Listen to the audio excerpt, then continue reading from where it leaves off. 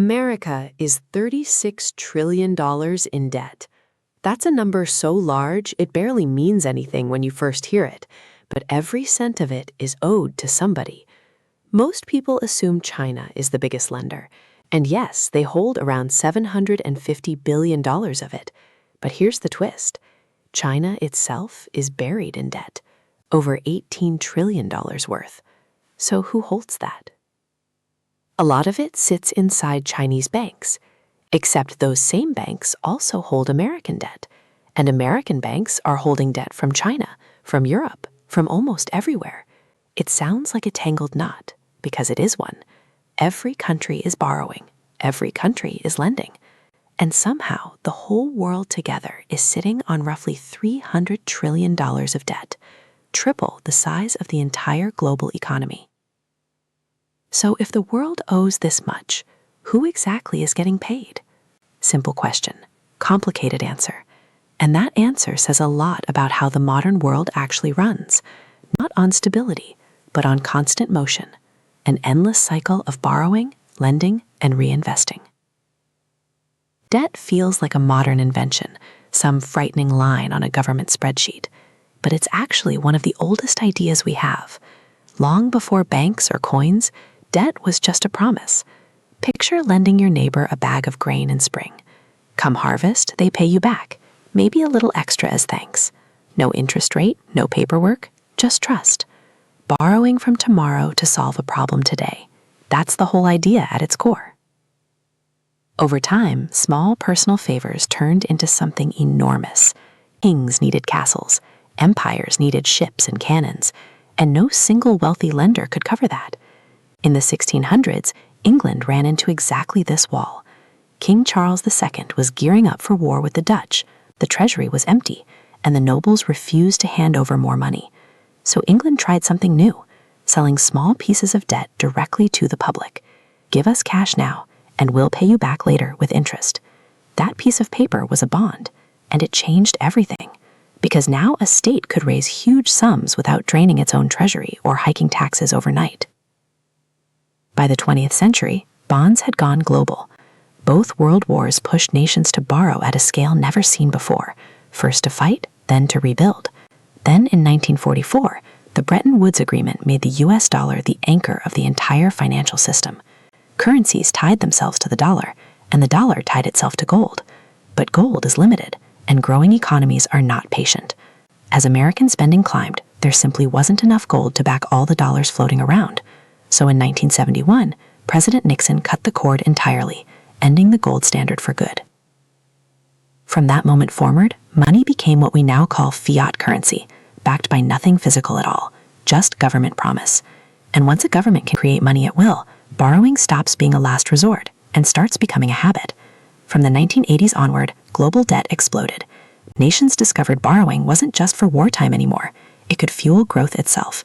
So they borrowed to build schools, repair roads, and climb out of recessions. Debt quietly shifted from emergency measure to everyday tool. And the scale of it now is almost impossible to picture. A stack of $1 million bills would rise about 100 meters, roughly a 30-story building. $1 billion would stack 100 kilometers high, tall enough to brush the edge of the atmosphere. $300 trillion, the current global total, could stack all the way to the moon and back 50 times over. So if every country is borrowing, who exactly is footing the bill? It's tempting to picture some shadowy figure somewhere holding all the strings. That's not how it works, because modern debt doesn't travel in a straight line. It moves in circles. Take the United States, the most indebted country on the planet.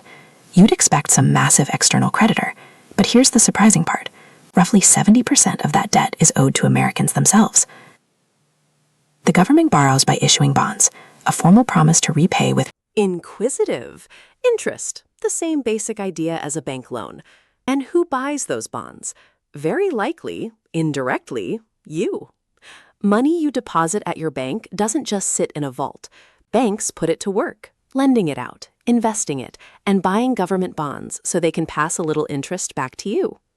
Right now, commercial banks in the U.S. are holding close to $1.8 trillion in treasury bonds, more than triple the entire economy of a country like Canada. Bonds are popular because they're one of the safest ways to grow spare cash. They don't swing wildly like stocks do. The interest rate the government offers can shift, though, depending on economic conditions. In the 1980s, rates climbed past 15% to fight runaway inflation. During the pandemic recovery in 2020, they dropped below 1% to encourage spending. But once you buy a bond, your rate locks in. Whatever happens afterward isn't your problem anymore. Right now, a 10-year U.S. bond pays a steady 4.5%. Solid, low-risk return. It's not just banks buying in. Pension funds, insurance companies, investment firms, they all do the same thing. In 2024, U.S. pension funds put a quarter of their total assets into bonds.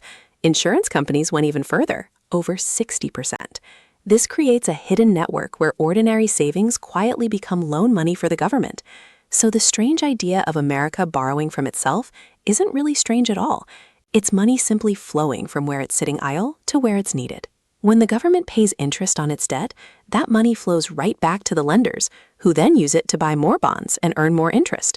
Around and around it goes, lender to borrower, back to lender, back to borrower, endlessly. And the same loop plays out between nations, too. About 30% of U.S. debt sits overseas, because foreign banks and governments do exactly what domestic ones do, park spare cash in U.S. bonds. Japanese savings become loans for the Dutch. Dutch savings become loans for Brazil. Brazilian savings eventually flow right back into American bonds. It's less a pile of unpaid bills waiting to explode, and more an interconnected web where money loops from savers to borrowers and back again, rarely ever truly leaving the system. So how does anyone ever pay the old debt back? Mostly they don't. Not really. They borrow new debt to cover the old debt. Reckless as that sounds, it's become the actual foundation the global economy runs on. Debt fuels growth. When a government borrows and spends, that money moves through the economy. Businesses earn, workers get paid, and those workers spend more, keeping the whole cycle turning. In China, 19% of government spending comes from borrowed money. In the US, it's closer to 1 in every $4, roughly what the country spends on education and welfare combined. Stop that borrowing suddenly, and the opposite happens. Spending drops, businesses earn less, people lose jobs, and the same engine that grows the economy runs it straight into reverse. Greece learned this the hard way. When the 2008 crisis hit, investors panicked and stopped buying Greek bonds. Greece couldn't borrow, and within a few years, 1 in 4 public workers lost their job. Wages fell 30%, and the economy shrank by a quarter. No politician wins an election promising austerity, so borrowing continues, because the alternative is almost always worse. Sometimes it isn't a choice at all. It's survival. When COVID hit in 2020, spending collapsed almost overnight, and governments had no option but to step in and cover the gap. The U.S. alone borrowed $3.8 trillion that single year, nearly a fifth of its entire economy. China, Europe, everyone did the same. Necessity, not preference. But every cycle carries risk underneath it. As debt grows, so does the interest owed on it, and a bigger slice of every budget goes toward paying old loans instead of building anything new. A debt-to-GDP ratio near 100% used to be catastrophic. Now it's simply normal. That's fine while lenders stay confident. The moment they don't, borrowing costs spike. One escape hatch governments reach for is printing more money, but that quietly devalues every dollar already out there, and the result is inflation. Prices climb, savings shrink. People feel poorer even if nothing in their life actually changed. Venezuela in the late 2010s took that escape hatch too far. The government printed so much money to cover its debts that prices doubled every few weeks. Bread that once cost 10 bolivars suddenly cost millions. Life savings vanished almost overnight. Most countries never fall that far, but even moderate inflation chips away at a currency's value. Developing nations face an extra trap too. They often borrow in foreign currency, like US dollars, as a safeguard. So if their own currency weakens, repaying that debt suddenly gets far more expensive in local terms. Lenders notice, confidence slips, and they start demanding higher interest to compensate for the added risk. And when a government can't borrow enough to cover what's coming due, the choices left are all bad ones. Cut spending, raise taxes, print more money. None of it painless, none of it guaranteed to work. If the money truly runs out, a country defaults, the sovereign version of missing a mortgage payment, except the whole economy is what's at stake. And once you've defaulted, almost nobody wants to lend to you again. When a system built entirely on borrowed confidence starts to feel fragile, people naturally start looking for something they can hold on to that isn't just a promise on paper. That instinct is exactly what's playing out again right now, with renewed interest in gold as investors search for something that doesn't depend on anyone else's ability to pay their debts. Whether that instinct is right or wrong is something each person has to weigh for themselves, but it's a pattern that shows up again and again throughout this whole story. Trust rises, trust falls, and the cycle of borrowing keeps turning underneath it all regardless.